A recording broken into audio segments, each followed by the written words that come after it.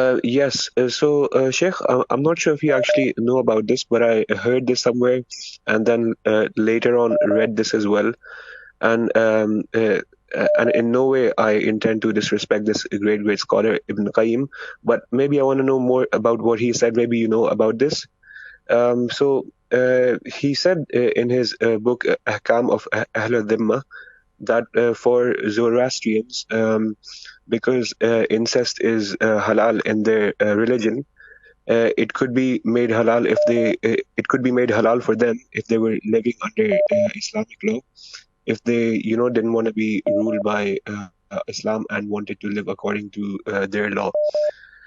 So my questions basically are, and the other thing he said was, under no circumstance would homosexuality be allowed, though. So my question is, or two questions are, based on this logic, if one's religion allows incest, hypothetically speaking, say in case there's another religion which allows homosexuality, why would this not be allowed for them? And the second thing is, second question is, we as Muslims obviously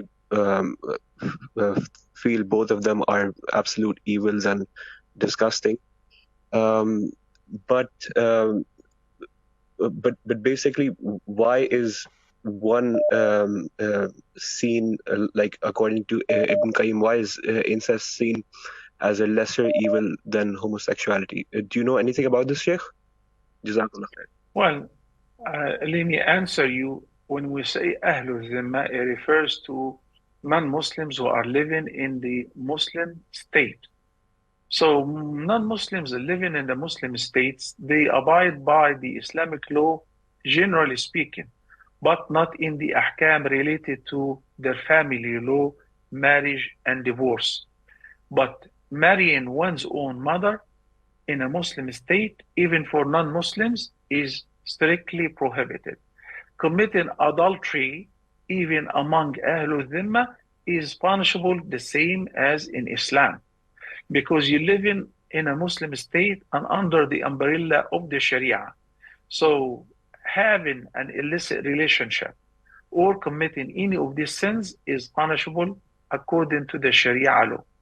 And let me tell you this, when the time of the Prophet ﷺ, when he was sitting with his companions and he saw a very weird scenery, a man and woman being set backward on their donkeys, and their faces were painted black.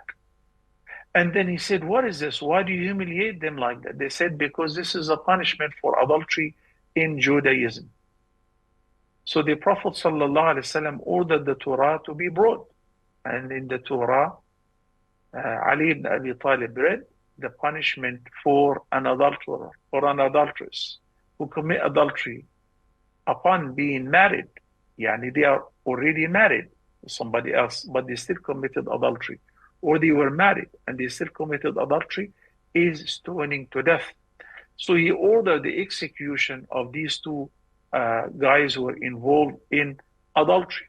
You don't say we have our own freedom to practice our own, so we don't believe in marriage. We believe that a man can sleep with a man or a man can sleep with a woman without marriage. Not in the Muslim state. Islam does not permit that. I hope the answer is satisfactory.